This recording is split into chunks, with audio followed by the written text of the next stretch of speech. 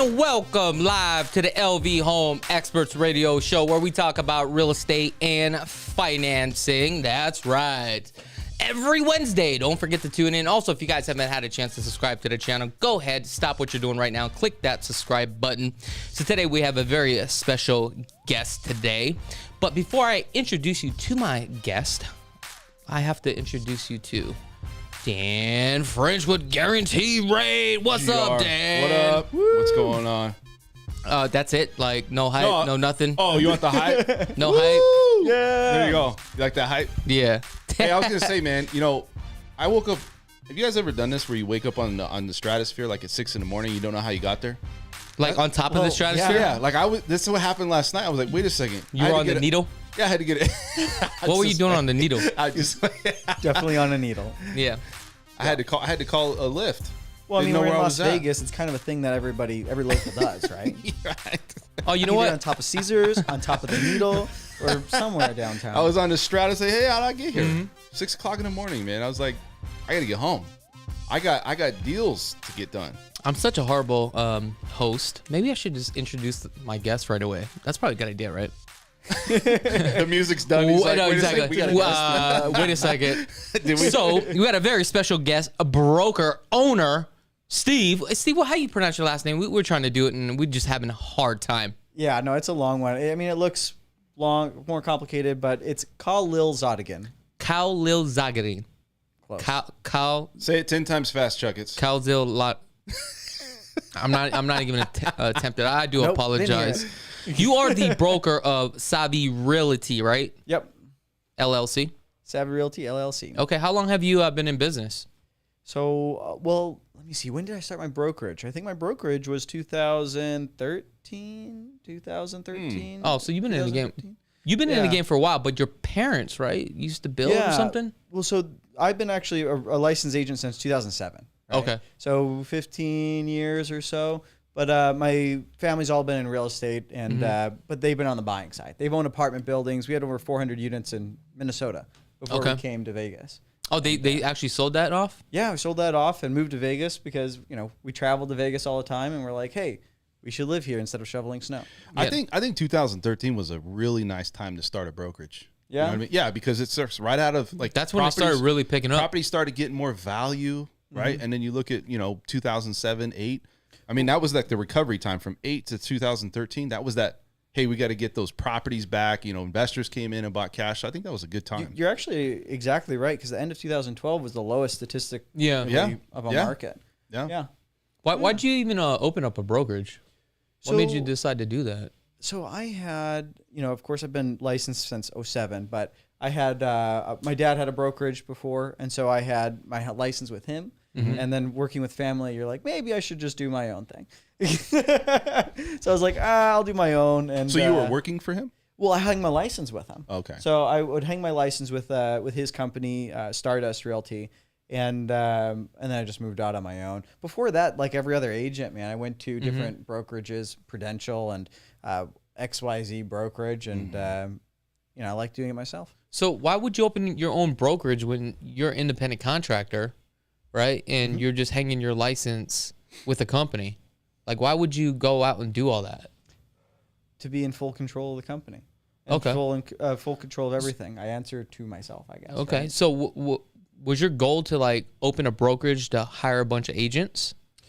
So no, my original goal is not to hire a bunch of agents and to do that because that's a lot of liability and a lot of maintenance, right? Yeah. So really, I like to do things really lean and mean. So I do, myself, and I have my sister on, and I have another agent as well. But I really didn't want to grow it to do that. I mean, that's like herding cats. So basically, you're just doing it just to kind of have your own control. Yeah, exactly. But I feel like I'm already in control of my own business. I mean, I hang my license here, but maybe that was a couple years ago. So it could be a little bit I agree with what he's doing, because I'm going to tell you, you work for your family, right? At that point. Like at that point, you were working for your dad, you said? I hung my license with him. So I still did my own business. It's like, Chakits is right. Nothing changed, right? Nothing changed that I had the brokerage, but I am now just writing checks from my own company. But it's hard because you want to make your own decisions. Did your dad or whoever you're working for had influence on that? Yeah, exactly. So it's like, hey, it's hard. he may charge fees or something, and I'm like, I don't want to pay these fees. I want to start my own brokerage and just do what I want to do. Well, I think that was part of the problem. Your dad was charging you fees. Yeah, exactly. And that's your dad. Why do I have a transaction fee? I don't understand this. But It's like, where's a family business and you're charging me? He's like, wait a second, man. And he's like, well, this is a business.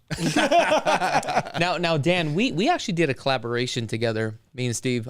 He has a beautiful custom home that he bought a dirt lot, and I think it was 2 acres.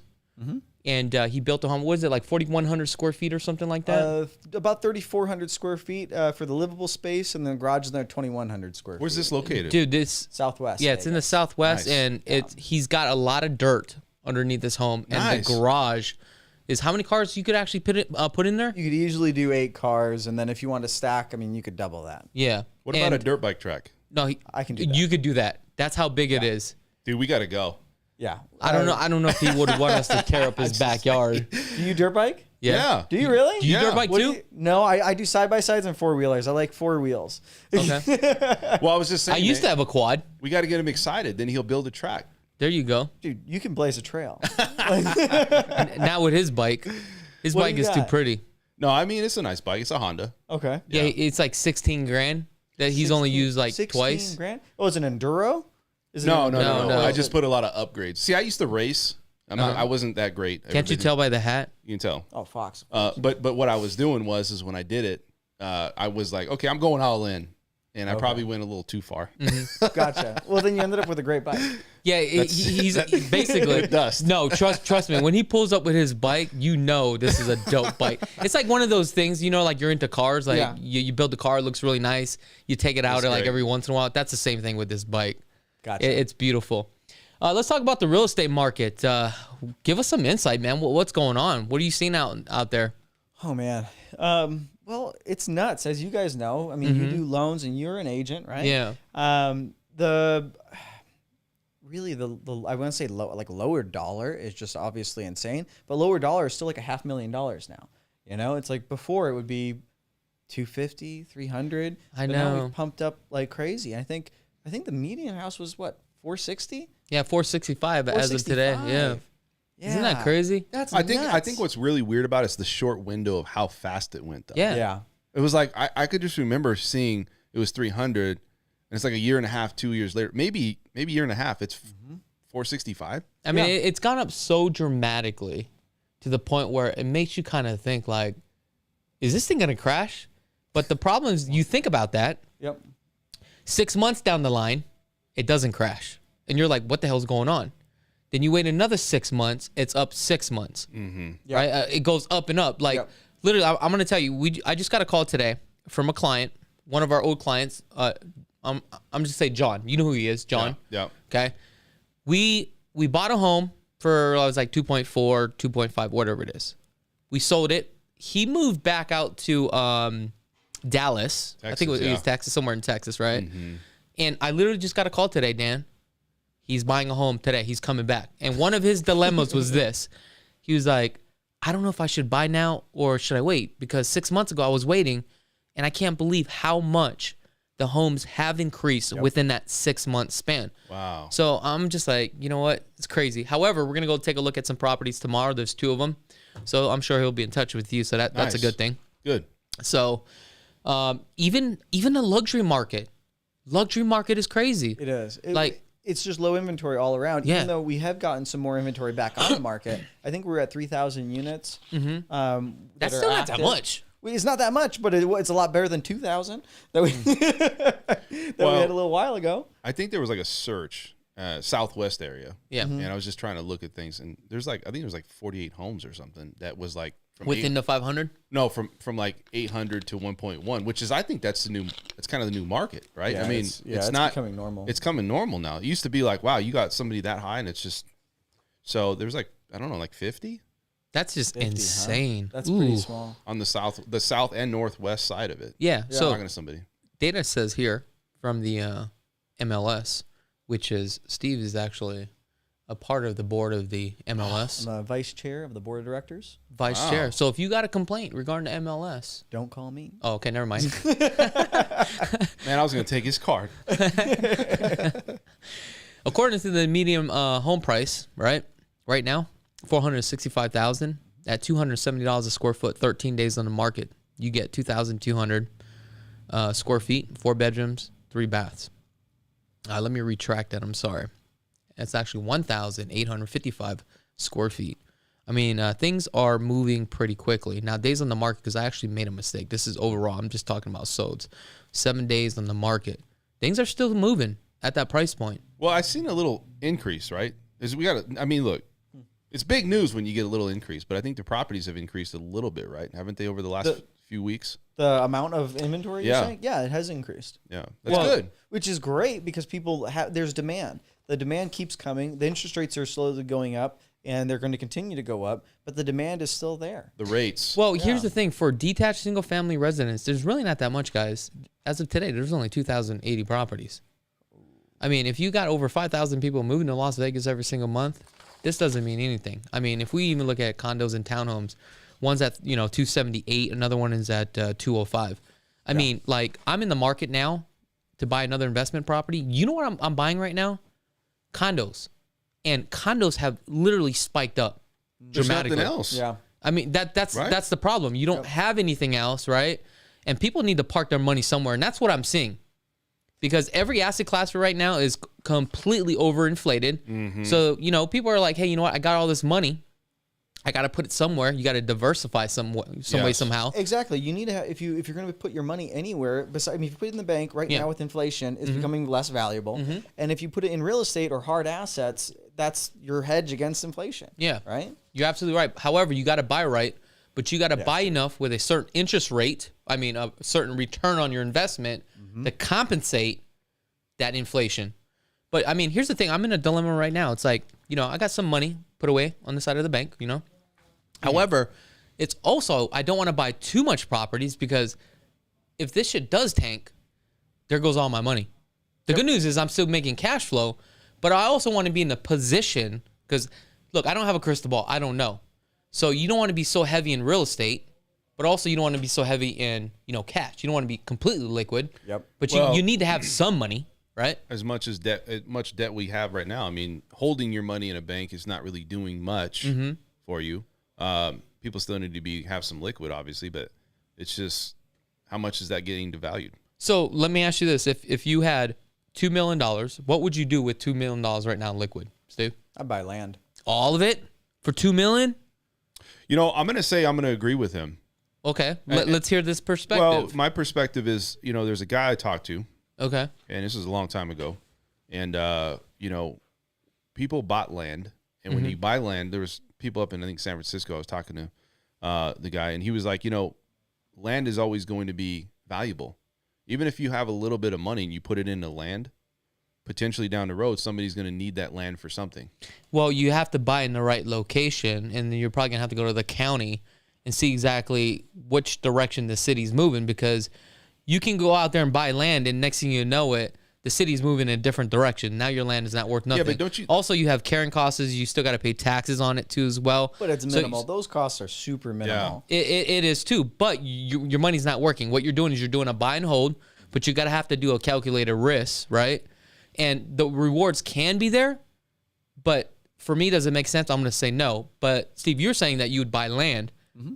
Why? So I'd buy land because of my skill set, right? As you know, that I built my first house right now. I never understood the value of land until I wanted to buy land for myself, you know, and then I watched, of course, the values go up over the decades, right? But if I bought land now, you're right, it does not make me money currently, no cash flow, but it does give me the ability to get a construction loan on that property. If I can get together a plan to build a home, that money that I paid for that land turns into my down payment on this project.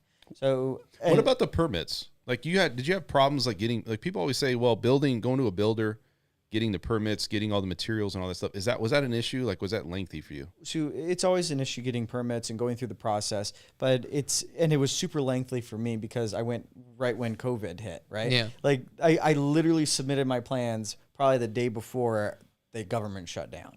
So like it took a little while. So how long did it take from the day that you purchased that piece of dirt to completion? About 3 years. Damn, 3 years. Yeah. But that's included COVID. right? That's including COVID. So you got to remove what, a year? You could potentially remove a year. So it's 2 years. Yeah. So is it worth the reward to build in 2 years versus taking $2 million? Then within the 2 years, you could possibly flip it into something else to yield you more money. I'm not saying that that's correct, but I just want you to kind of think about that, right? Well, you have to figure out what works best for you, right? If this is completely outside of your wheelhouse, then this won't make any sense for you. A lot of people may want to just purchase rental real estate, right, and just cash flow it. Maybe they do a high-end flip because those high-end flips right now are just killing it. They can buy a $1.2 million property, put in 300 and make 2. Yeah, I think where's the safest bet, right? And I think it's based upon his skill set, right? Right, and that's what I'm saying. That's what it comes down to. So you got, like, I talk to people all the time, and like, they want to go to college. Yeah, what are you going to go to college for? Is it really going to give you a craft, a skill, something that you can take with you? A lot of people say, well, I don't know what I'm going to do. Well, maybe you just go to college and try to figure it out. What I mean by that is maybe you got to figure out, where do I plant my money? Maybe there's no wrong way to do it because you don't really know anything else. Right, you don't know where you could get started just because you're not somebody like Chakits that's in the market, or you doing stuff. And if you're that novice out there, then maybe you're like, you know what? Maybe I'm going to try to put my money into land or into property because you just don't know where else to put it. It's just, at least you're putting it into something that may have a return on something down the road. Well, and you're right. And based off what your level of risk is, some people say, I never want to rent a property because I don't want to deal with tenants. So maybe land will be good for them. It will still go up in value.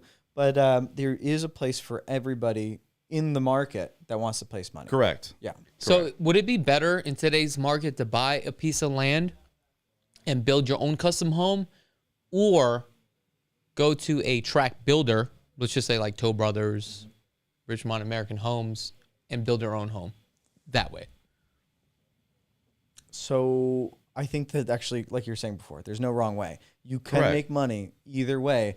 We have super low inventory, and we're going to have low inventory and high demand for a while. So I think if you lock in today's prices with a developer, you're going to win. If you buy your own land and build your own property, depending on how you do it, you're probably going to have a much higher profit margin, drastically higher profit margin. Okay. But it depends on how much work you want to put into it. So let's talk about your property real quick, because you just got that completed. Is the pool done already on that? Yep, pool's done and everything's done. I literally today, I just got my certificate of occupancy. Oh, that's good. Yeah, I'm super stoked on it. I'm like, okay, perfect. Now it's so explain for the viewers what that is. Oh, yeah. So a certificate of occupancy is going to be the county saying you have done all of what you needed to make this home habitable. So you can now move into this property. It is finished. There's no other rules and regulations that you have to go through to be able to habit this property. Oh, that must be nice. Yeah. So when do you think you're going to sell this home by? I don't know. Hopefully today. I'm thinking tomorrow. Oh, I have someone showing it right now. So oh, nice. So hopefully they're selling it right now. What about the pool? What has the cost on those pools gone up quite a bit? Oh my gosh, they have been crazy, right? So I priced out a pool maybe 4 years ago, and it was like $25,000 for a basic pool, right? Now the same kind of basic pool, they were wanting $75,000, $80,000. Wow. That's still not that bad, though. That's not that bad. The pool that I did compared to what it was. No, I mean, for pools nowadays, I say it's not that bad, 75 grand, because you can get a pretty nice pool. But if you're saying compared to that, yes, I mean, that's a pretty pretty big jump. It's a pretty big jump, but people are getting it, and the pool companies are backed up like crazy. Yeah. And it's actually adding to the home values that much. You know, it's not like you're losing money if you put it. Is it by 50% that you're seeing? For what? For the pool value? Oh, 50% of value added? Yeah. I'm seeing 100%. Like people, really? Yeah, because they know when they call the pool company, they're like, oh, it's going to be months and months waiting time, and it's going to cost you 80 grand. They're like, well, I'll just buy a house that has it. Now, what I noticed about a pool is like, when you start hitting that, $1.2 million mark, you better have a pool. That's just kind of like a standard thing. You know what I mean? It's so disappointing when I see homes in that price range and they don't have a pool.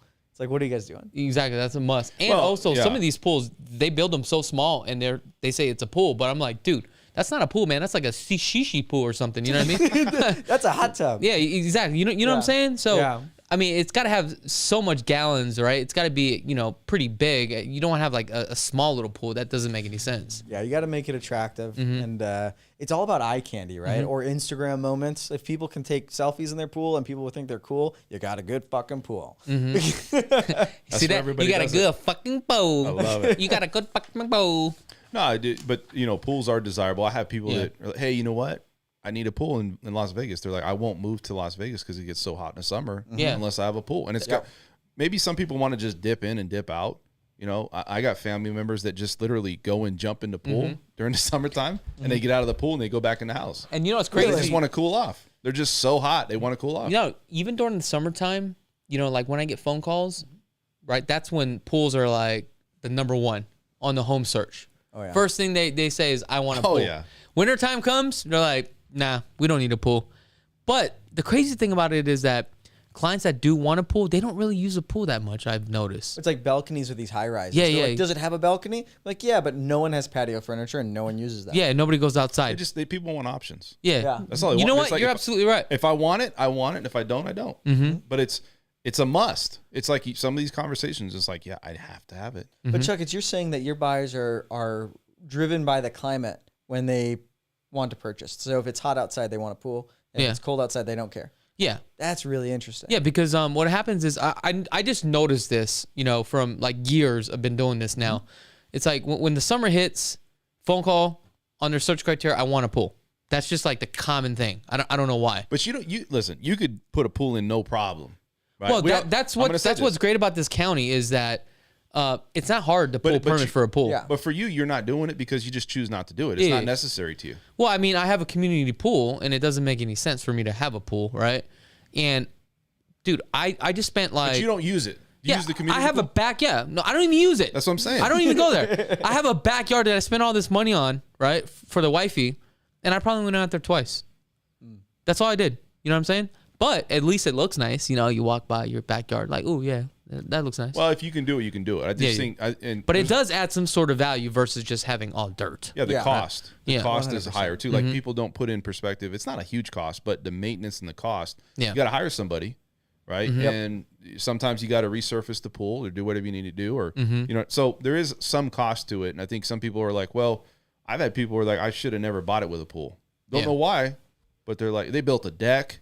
Pool. I mean, they had the whole works, and they're like, we don't even use it. So, Steve, are you taking out buyers? You working on sellers? What are you doing? Mostly buyers. So I'm usually with buyers. I mean, of course, I have my sellers that periodically will list, but my market is the high-rise condos. Okay. So anything on the strip that's really tall, that's residential, or the hotel condos, that's my market. You know what? That's what I love about this industry. Like, if you can just find your little niche and get into your niche and just master it, like you would just crush it, right? Absolutely. So why'd you even get into like that niche? So I got into that when everything fell apart in 2008. Yeah. You know, everybody's losing their homes. Me and my family, we went and rented 2 properties over in the Metropolis. Okay. You heard of Metropolis?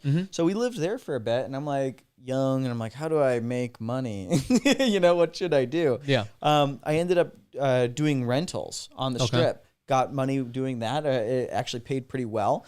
It was about $500 a head, and then sometimes, you know, $1,000 or so. So I was like, cool, if I could turn rentals, that works for me. And dropped out of college and started doing that, built my own website, and now I sell. So it worked out. Where'd you go to college? UNLV. Yep. Okay, so what's going on with the high-rise market? Is it slow too, or is it moving pretty quick? It's moving, and usually the high-rise market moves a lot slower than the single-family homes here in Vegas, right? But they are moving, and we have super low inventory.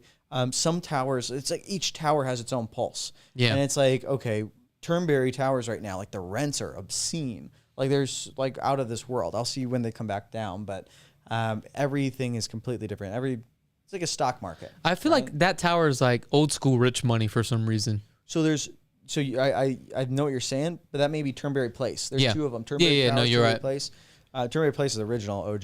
2001, 2002, 2003 builds, and they are old. It's gaudy, right? It's that kind of style, but some people love it. Yeah. But I think what happened when they built that Fountain Blue, that kind of they kind of killed it. But I think what's his name? Siegel Sweets. Who's that guy? Siegel Sweets? Is that what's his name? No, Steve Siegel. Yeah, Steve Siegel. I think he just bought that piece of dirt right next to it. 10 acres. Did he just buy that? Yeah, I think he just bought that thing, I just dude. heard that he acquired something. Yeah. So he Yeah. got that. So that's not going to be the all-net arena then. I don't know was what that's a gonna be. dream forever. Well, what he's doing is he's going to Dubai. He's going to get some ideas. It's going to be like retail. It's going to be some other things that's involved. He's going to put a casino there. Nice. But, I mean, part of it was he's banking on Fountain Blue. Yeah. Because you look at that and you look at what's going on there, 67-unit building over there. They're going to have that up and running, I think, in 2023. Mm-hmm. You got the convention center right there. You're going to have a lot of things going down. Yeah, that's a hot And spot I think for that sure. convention center's for sale too, right? Or did they sell already? I'm not sure about that, but I know that the north side of the Las Vegas Strip, Yeah. you got now Resorts World. Mm-hmm. The Sahara Casino, it was SLS, dude. That was a train wreck. Did you see It's what always they? been a Yeah, train wreck. I Yeah, don't it's a know what train it wreck. is, man. I think it's like a dead zone or something because they're constantly changing out management. They're changing out the facade again. Yeah.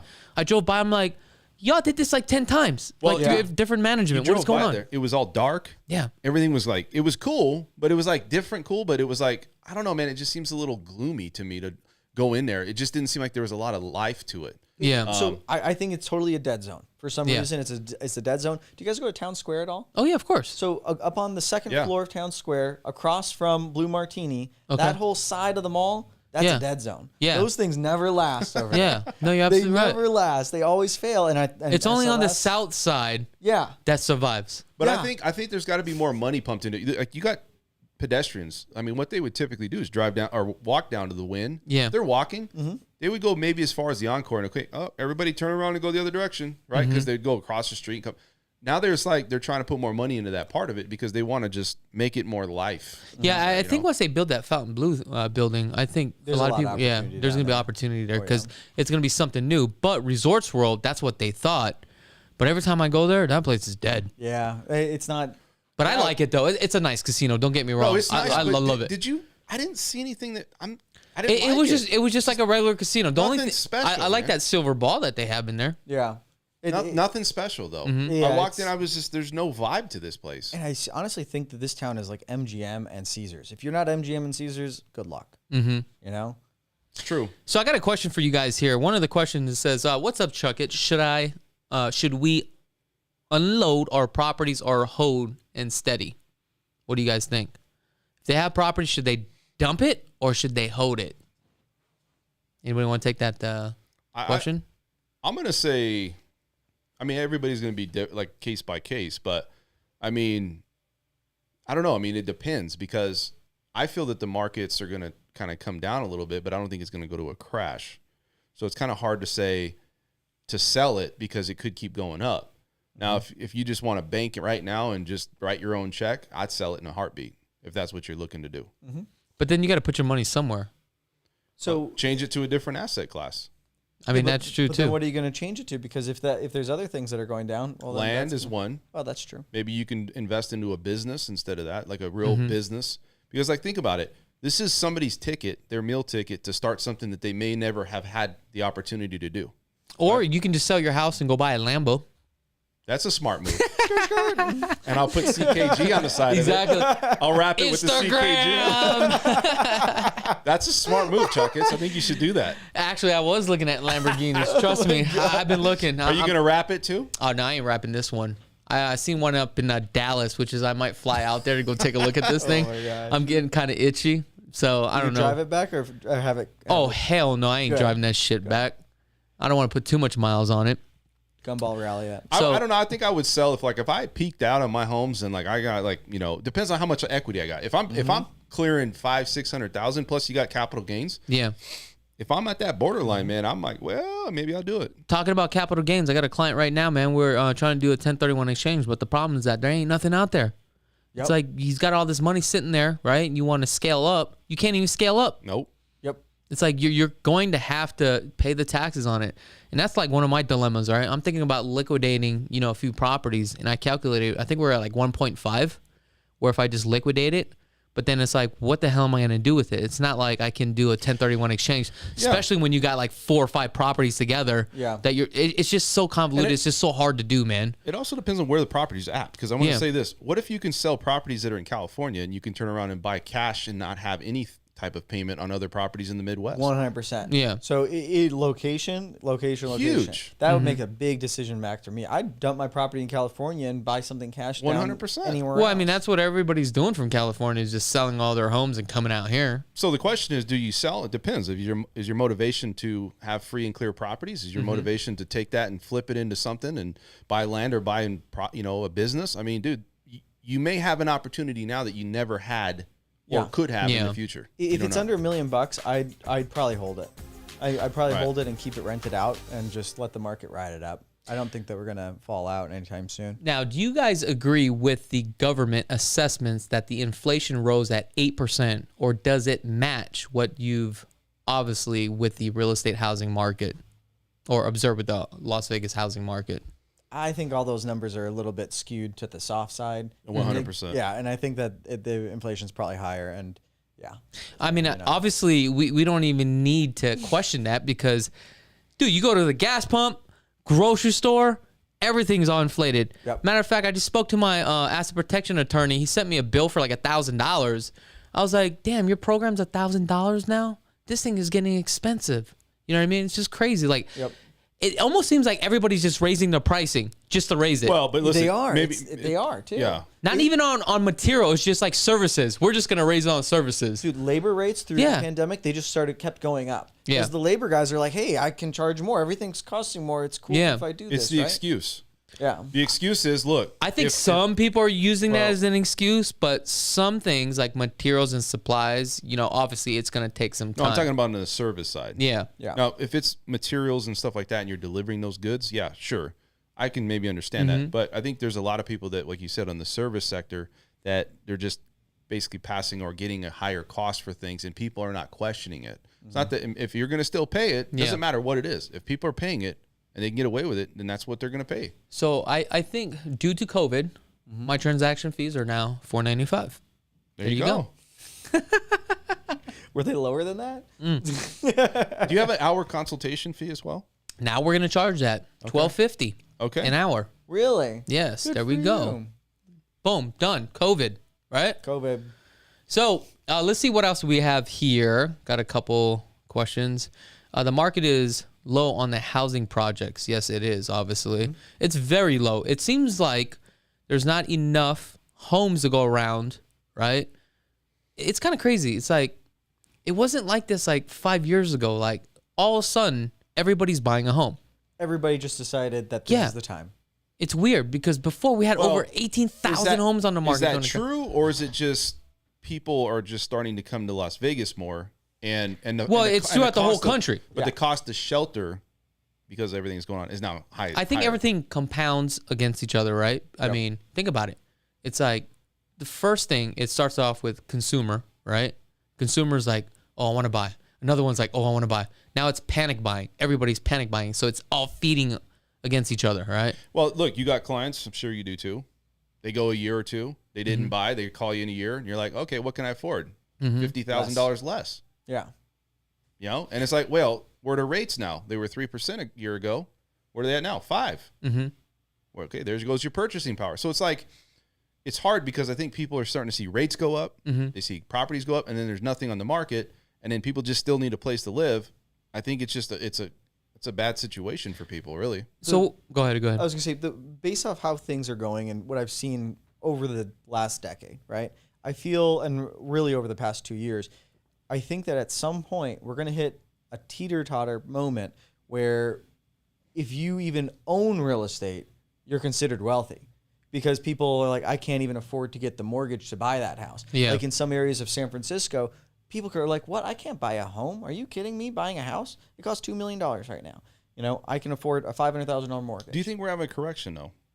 I don't. No, you don't think. I Even, think even that- I you think don't think the we're at cor- our I peak. thi- I'm sorry. I think that we do have a correction, but I don't think it's a negative downward correction. I think that it's more of a plateau and a slower growth to a normal market.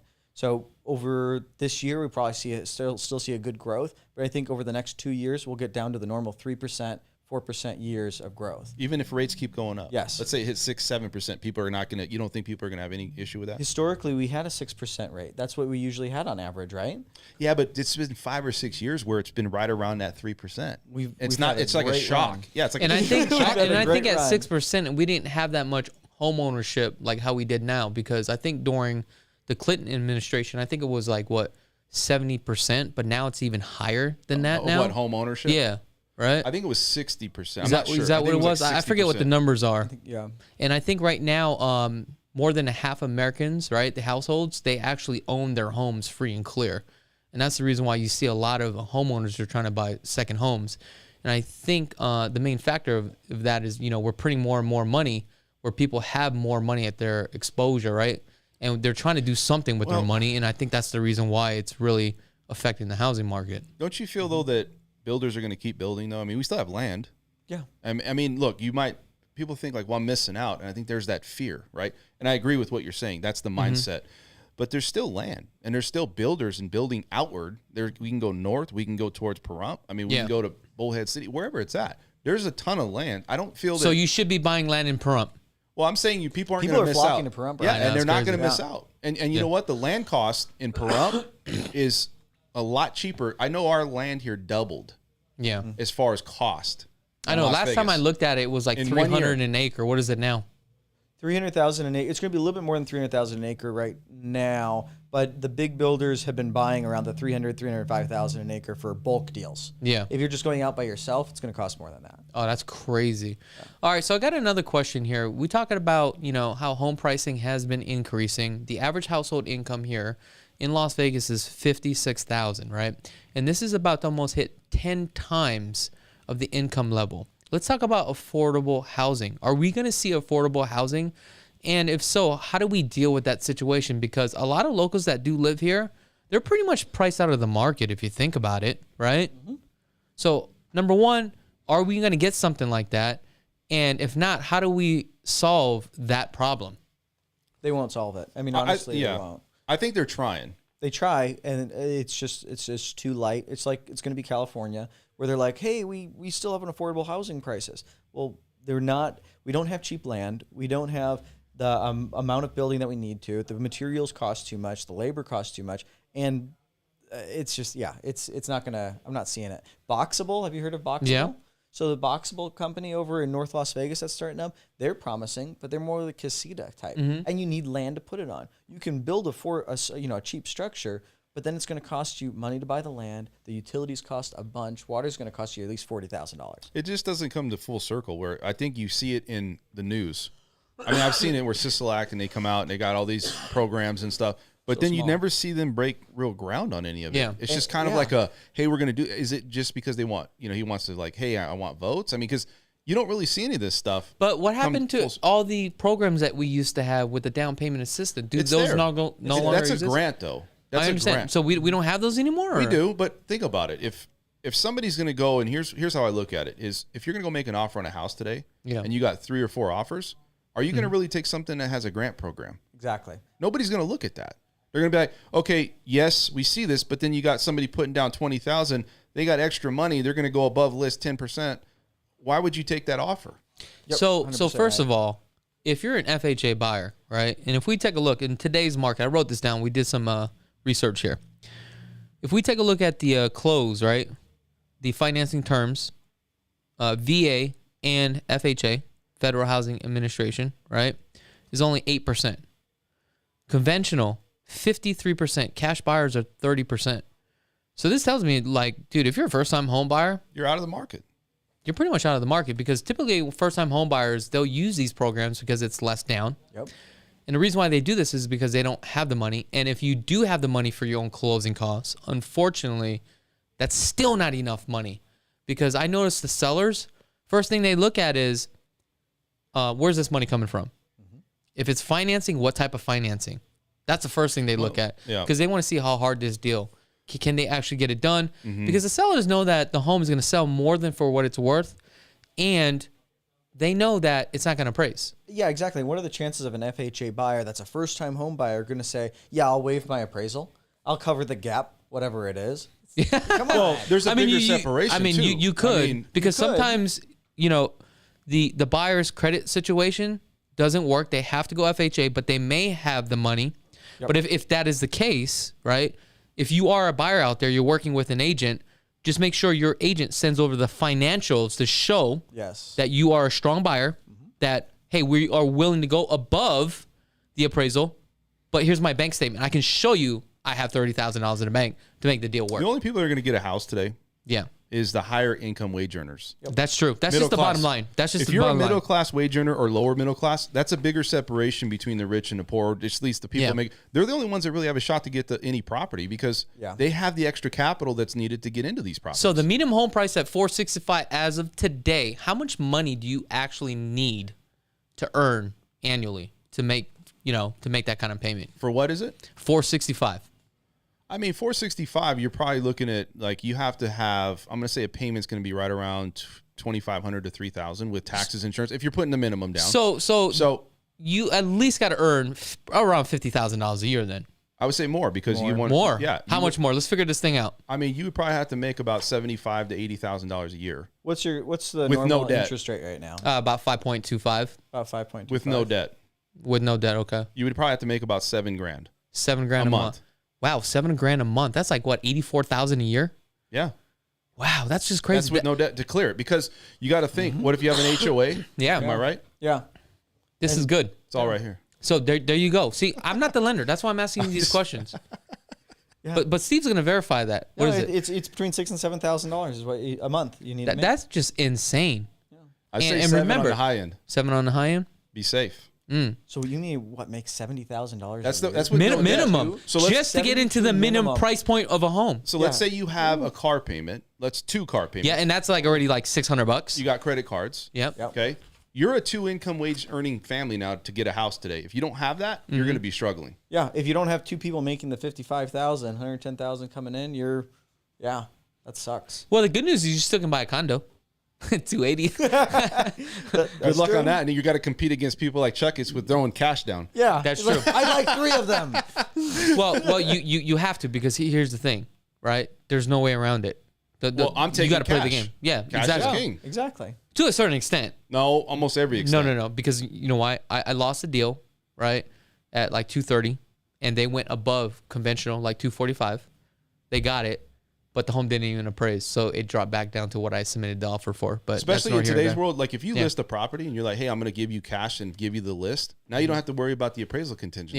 Yeah. You don't have to worry about it coming That's low. Well, I mean, messed up. you could do that with financing too. But they don't worry about, look, if you gave me an opportunity and say, hey, here's a $300,000 condo and you want to do a loan cash or you want to do a loan on it for $300,000, I'm going to do the cash.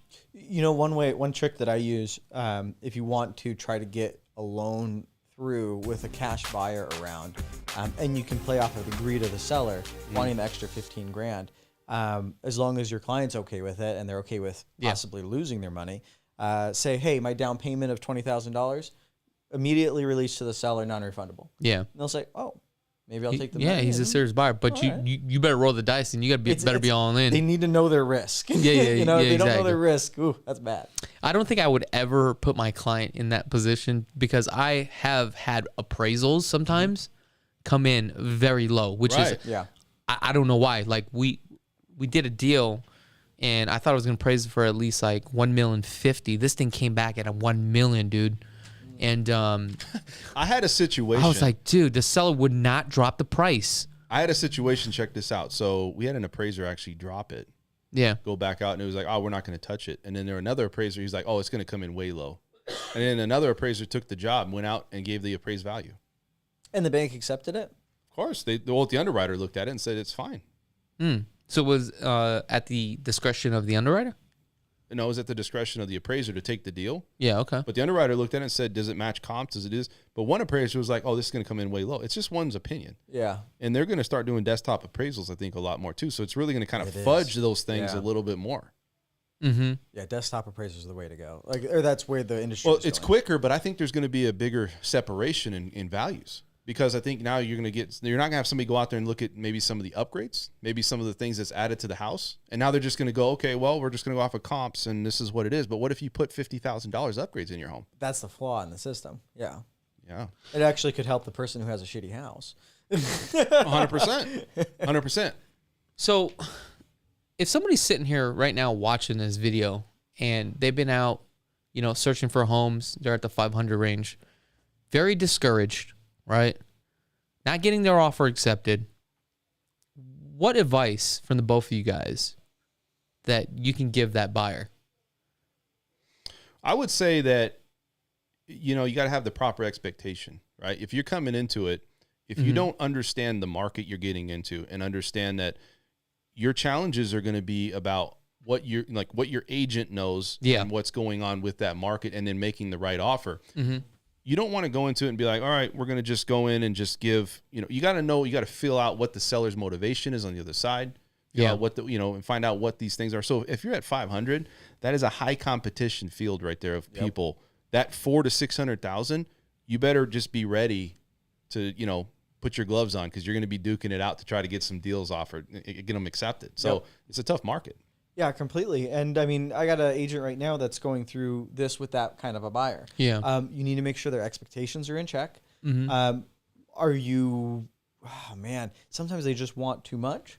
And, you don't have the money to do this. Yeah. Right? You need to play, get ready to fight. Right. Or make some exceptions. Correct. Maybe you can be a few miles away from your target location. Maybe you don't have to be across the street from Whole Foods.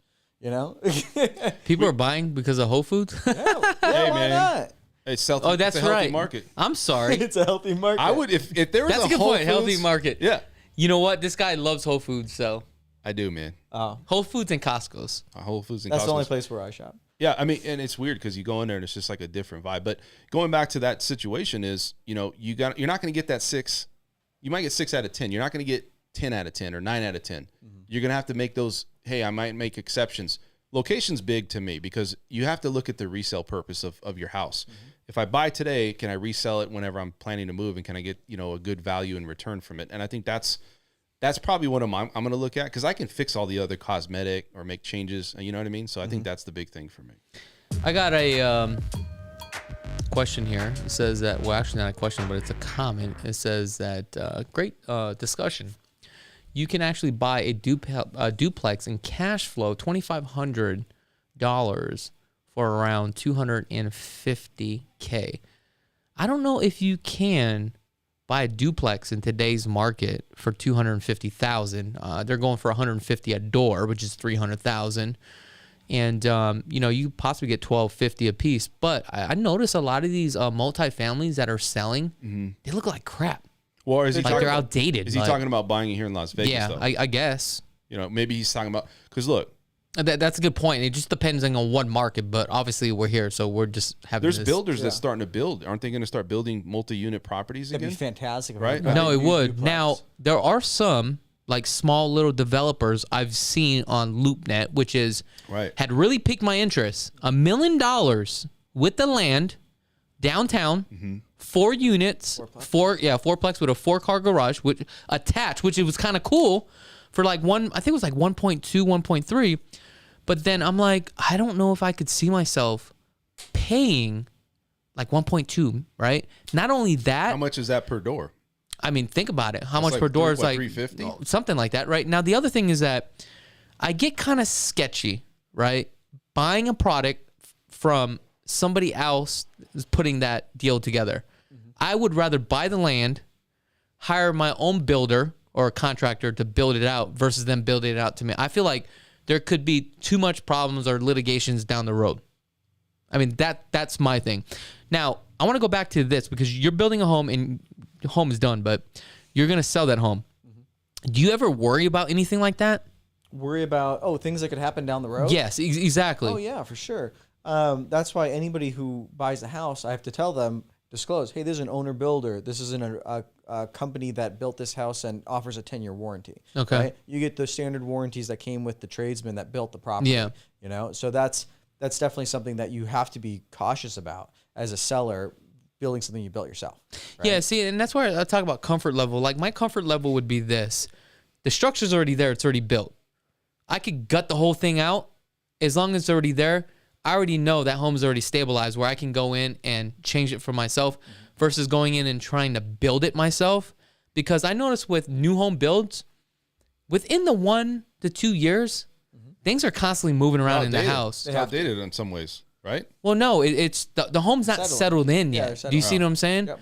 And that's where I kind of get eerie about like, I don't know about that. Yeah, but don't they change things on these new homes so frequently now? Like as far as the materials and stuff, like it's just like seems like you got the smart homes, you got all these changes that's going on, the materials that they use. Some of these materials They that go look quick, like they're right? like a piece of shit. Well, Yeah. but the building standards for the frames itself, they're really engineered. No, pretty well, they are. know? And the county's pretty good about it. Yeah. I mean, sometimes I go in and I'll see like, bowl, like, 2x4s, but hey, it's still past the code. You know what I mean? Yeah, it's structurally sound. Yeah. But like where the cheap stuff comes in is the finishing. Cosmetics. Yeah, exactly. Or the drywall. Would you Maybe say they that use older thin homes drywall? are probably more secure. I would say so because better built. It depends. It depends on the location, and it also depending on if it's 2x4s or 2x6, if the whole house been sheared or not. Right? I'd say no. You know, Really? I'd say no. I'd say older homes. It's like it sounds like great. Like this is an old, strong built with Yeah, but it true just I feel 2x4s. like it's like there's it's just it was structured or engineered better for some reason. For me, the It's all technology is cookie cutter. not there. That's just me. Yeah, that's what I'm saying. Well, The you mean like technology, smart.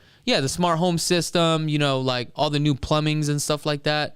Because I noticed, I did one home where I had to do new sewage line, new electrical, new plumbing. I'm talking about I gutted this thing down to the studs, right?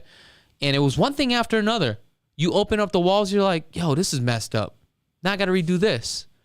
Next thing you know, I find out the sewage was built through cast iron, right? It was like 40-something years old. and that's when they fail. Yeah, 40, that's 50 when it years. failed.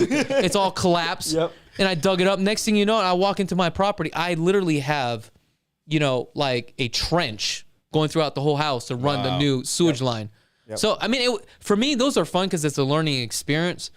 But look, at the end of the day, the home was already there versus me building it from scratch or having somebody else build it from scratch, if that You're makes just saying sense. you refurbished it and it was already Yeah. had the structure, the bones to it. Yeah. Well, that's the scary part. Scary part is building the bones, right? Yeah. Putting the slab down. That's putting probably the what I'm bones talking out. about. Like there's a lot of brittleness to some of these homes. I don't know, maybe it's just me, but I just feel they're brittle where I felt like they didn't shave or curve or try to save money in other ways. So say the older homes, they just built them.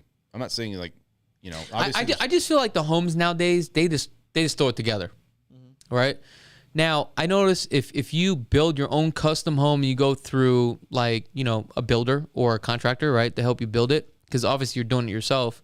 I feel like there's more of a quality there versus a track builder. Because I noticed like the track builder, lumber's already pre-ordered. Yeah. You got the subfloors, it's through a manufacturer, another third-party company.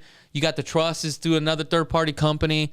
And it's just like a retro set. They just come and just slap it all together. And you're like, wow, man, this is like Legos. yeah. That's how I feel. It's you know just, what I mean? It's so cookie cutter. But on everything I that can they tell do. you can have a builder that builds around the 400 range. Then you have a builder that builds at a 3 million range. It's two different homes. Oh yeah. Like Completely. the No, I agree with quality and that. the type I of would have to lumber agree and what with they that. use, it's completely different. Like I could literally see it physically. You know what I mean? I think that's kind of what I'm saying is it just seems like there's different materials with different builders and how they build the home. I think that's kind of there's a separation there somewhere. That's what I'm looking at. Going back to what you were saying before with the duplexes and fourplexes, and affordable housing and how you're gonna get this in attainable housing, I guess I should say, right? I had a plan. Said, okay, I want to buy another couple acres and do 4 homes on them in the Southwest, and do it with all fourplexes, right? You would think you can do that because a fourplex you can buy with a single family home. Right. It's classified as a single family Right. home. Yeah. And you can buy it with a normal 4 units loan. or less, yeah. 4 units or less. The county does not share the same opinion. So if you go and want to build a fourplex on Really? land here in Las Vegas, it has to be zoned for multifamily. So that Right. makes the cost astronomical. So I can't just have normal rural preservation land or just land in Correct. Vegas. Is there additional process to get it, like to find zoned land like that? I mean, how do you get one piece of land that's zoned, let's say for single family or 4 units or less to It's get almost impossible. It's almost impossible. Yeah, look around. I mean, at the what's They don't the even build planned them land anymore. usage? No, that's what I'm No, saying. They don't. Yeah. It's all in the low-income parts of town, Yeah. is where all the fourplexes are, and they have been there forever and they're Forever. dilapidated. Yeah. But if you're not infilling, try to find land that you can build a fourplex on. Yeah, that's true. It all comes down to zoning. Yeah, no, it Yeah. is It because does. here's the thing. What I noticed about this city, they're pretty good with zoning, though. Believe it or not, and I like it because it's not choppy, right? And that's why we have like master plan communities like all over the place. Like if you went to California, it's like it's so choppy like all over the place. It's not like unison. You know what I mean? Well, It's who, not like who actually has the vote on that? Like the county commissioners, right? Well, yeah, County but commissioners, do, yeah. do you give them advice, like people like from the MLS or realtors that are like on the hierarchy? Do they give them? So what you're looking at is for the master plan use, right? Right. So the master plan's updated, I believe, every 4 years. Okay. So the people from the community can come to these Yeah, public right. meetings and propose a change. However, the only people that can propose a change for a certain lot is the owner to the lot. Yeah. So if the owner says, "Hey, I'd like this for multifamily," because their idea is to do fourplexes. The neighborhood can come out with pitchforks and say, absolutely not. I don't So want that's this. the problem. So you It's can get gotta a be variance, everybody. but what happens if nobody shows up? Then you pass, right? And yeah, then you could pass. Yeah. Okay. Then you could switch your zoning, and you're like, yay! So if finally one got it. person shows up and nobody else, no, I can't say that it's just one person. okay, shows but let's up, say right? let's say there's a few people. You're saying that if nobody is against it, would that actually pass, or it'd have to? Well, I thought it would. the county would still have to agree to it too, as well, yeah. right? If the consensus from the neighborhood is we don't want it, and there's a commissioner that's on the board that says maybe I need their votes for next time, he may say no, I think we're not going to do it, or they could go completely against the grain and say no, we need multifamily, we're going to do it. Okay, so that means you have to pay somebody. Always That's lobbyists. it's not untrue. That's so true. Who do you got to grease? So how does this work then? Where let's say I find a piece of dirt, and I know that I'm buying this piece of dirt for a good price, right? And it's zoned for, R4, whatever it is, right? But then I want to convert it, right, to commercial because I know what's coming down the line, right? And if I'm going to buy it, am I taking the chance by buying it first, then trying to get a variance? Or should I try to already negotiate this, put some sort of contingency in the purchase agreement? It's contingent upon me changing the variance. I would do it that way. I mean, people would do that way. I mean, how do you do that? Yeah. The safest way is to do it that way if the owner's willing to play ball. If it's a hot piece of land, he'll say no, Yeah. and then you have to take the risk. Okay. Ooh, I don't like that risk. Well, it's again. I mean, Yeah. if you're giving me an option, I'm going to take it the way you said, the recent, because Yeah. it's easier and it's already in writing and everything's in there in the contract, so done. Yeah. know? And I mean, that's the thing. Land is such a unique animal that you can do those kind of weird deals, and it may not be uncommon to do it. With my land that I got for this house, I tied it up for 5 months. I was like, all right, 5-month closing. And they're like, okay. Like, well, that seems unheard. Like, I mean, wow, okay, fantastic. Thank you for letting me hold off on your project. Yeah. But land's totally different animal. I got a question for you, Dan. It says, what are your thoughts on the Fed's balance reduction on the mortgage-backed security bonds? I think they're just doing so they're still purchasing. But I want you to answer this real quick for the audience because not everybody doesn't know what this is. Mortgage-backed security bonds. Start off with that first, please. Well, it's just bonds that the Fed buys these bonds. Okay. Right. And they use this to manipulate the market. Mm-hmm. So when they buy it, they're saying, okay, if I buy more, I'm going to suppress the bond market, and that dictates what rates do.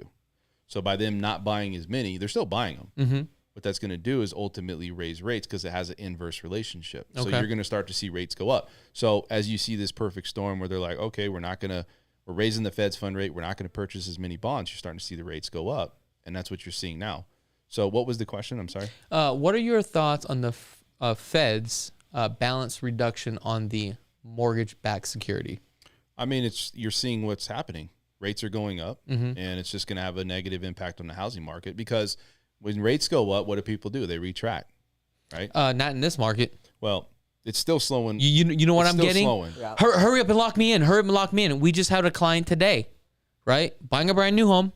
Dan, I need a 6-month lock. Hurry up, hurry up, hurry up. Yep. That's what it is. Here's a good indication. Yeah. Refinance market completely gone. Oh, we got a super chat. What up, baby? Brittany, thank you very much. Thank you for $19.99. That is a lunch. York's right not there. going to York's Tesla. Dude, hell no. He's got to get a bonus, man. You're gonna take that $20. He just got a bonus last week. I'm gonna talk to York, man. Where's the horn? I heard there was. gonna be a Oh, we got the horn. We got to do the horn. Here we go. See, unfortunately, you didn't hear the beat, though. So where were we going with this? I'm sorry. Anyways, it's gonna be a negative impact. I feel it's not Really? gonna be a positive. No, because the Fed was suppressing the market, keeping rates low, and now we're seeing what a traditional market is starting to kind of foresee. I know that inflation numbers are fudged a little bit, so I think that you're just seeing the results of it. Refinance market is completely gone Dead. for most. It's dead. So that tells you what people think. If they thought, hey, you know what? Even though they got rates, because look, you got rates, you could still do cash out refi. Are you seeing more primary residence or secondary homes people are buying right now? It's a mix. Is it a mix? It's a mix because there's more people now working from home. Mm-hmm. And so they have the ability to get letters and, remotely. And so I think it just depends on it. We have a lot of people out of state. A lot of people here. So I think it's kind of almost a blend where it's 50-50 because you got more people or just as many people that are taking and getting loans here and maybe getting houses and buying them here that are Las Vegans and buying upside, upscaling to another house versus. So I think to answer your question, it's about 50-50. Another question is, says, how can you actually invest in the real estate market if these home pricing is so high like this? I mean, obviously you can't. The returns don't even make sense. The returns are terrible. No, it is. It's like, wow, what kind of cap rate are we going to be used to now? Well, I'm telling you, this is what I'm seeing or what I'm getting because I'm messing with the condo situation right now. I'm only getting a 6% return. But the ones that I'm buying, you need to put like $60,000 into it. But I'm buying it low enough, rehabbing it, and renting out for like $1,500 a month. The question is, what else do you put your money into if you're not an investor? Yeah. Well, look, regardless, but I'm just saying, you are an investor no matter what. Think about it. True. So if you're mindful enough to say, Yeah. I need to put my money into something, and you have no clue what to do, you can't go wrong with putting it in a house. Now, look, Bitcoin. I can make. Yeah, right. He's like, yeah, right. I can maybe back when it was like 2010. Yeah. Maybe we can have that argument. You know what I mean? And it might still get up. Bitcoin might still get to where it needs to be. They're still saying coin? they're still saying it's going to push it, and there's going to be a time period, but it's just going through its bear market. But you go back and you look at what's going on with the housing situation. If I have nowhere else to put my money, and I know rates are high, I know that these properties are overinflated. What I can say is that we don't have data or proof that this is going to crash. Yeah. And it's more of on a slow pace, like you said, very slow process. So you're saying it's just not going to drop. No, It's I just don't gonna, think so. it would just glide down. Yeah, and I also think that for every market, even the one we had a catastrophe in, right, 2005, 6, it recovered. Now, it recovered because of investors, but it seemed like every market, if you go back in history and you look at all the data, it's always recovered in the housing market. You know what That's it feels the like? exact- It feels like the feds are just kind of pulling that lever a little bit, kind of doing like this. Okay, you know what? The market's good. We're gonna just bump up the rates just a little bit more. We're good to go. I think that's what they're doing, right? Yeah. Well, they're doing it as and I'm sorry, you were going to say something. Oh, no, I was going to say, you're exactly right. When I'm telling people, they're like, should I buy now? When should I buy? Buy what you can afford. If Correct. you know that you can make this payment for no matter what happens, buy that, because as long as you can hold your real estate, you'll never lose money in it. If you bought in 2007 at the peak or 2004 Right. or whatever, then it all fell apart and you have the house still, you have equity. Well, I would have to disagree with that. Will you lose money if the market does tank? Yes, you're going to lose a lot of money. However, if you're willing to stay in the property for a certain period of time, and that's what you need as a compensating factor when you're purchasing a home. If you're buying based upon speculation, I'm only going to move out to Vegas, stay here for a year and bounce. Now you're gambling, right?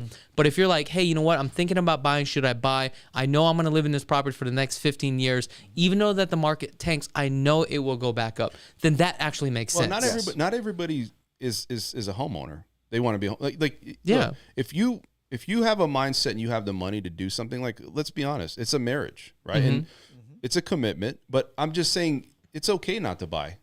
I don't know. We're not saying to buy. It's okay. Like if Oh you my can't, gosh. if you're not going to buy, Yeah. cool, don't buy. We just had these clients that I think they're like 40 in their lower 40s, never purchased a home, never owned a home, but they have so much available funds from their occupation that they can do whatever they want. Right. They're just buying a $3 million property. It's their first property Right. they've ever purchased. It's like you can And it's go a through your mindset life thing. without renting. Or Maybe without it's just you purchasing. got to get to that point in your life and in your mind that, hey, you know what? Timing's right. Let's do it now. Timing is a big thing. Yeah. It is. All right, guys, I just want to say thanks for coming on the show, Steve. What I'm going to do is have your contact information in the link in the description below. I'm sure you're on Instagram, Yep. right? Instagram, all the social media stuff. All the social media. So what I'll do is I'll get all that information from York, and we'll get that plugged in, guys. So if you guys want to check out Steve on his social media. Also, I'm going to have a link in the description with the full collaboration that we did too as well. Awesome. Because that home is up for sale. What was the asking price on that home? 2.3 million. $2.3 million. And I just want to say thanks for taking your time to come out here. I appreciate Thanks, it, man. guys. This I was appreciate you letting fun. me Pleasure. come out. It's been fun with you So guys. we definitely got to do this Yeah. again. I enjoyed it. All right, guys, if you guys like this show, let us know in the comments below. Also, don't forget to subscribe to this channel. Also, next week, 4 p.m. Pacific Standard Time, where we talk about real estate and financing on the LV Home Experts Radio Show. Other than that, peace and have a blessed day.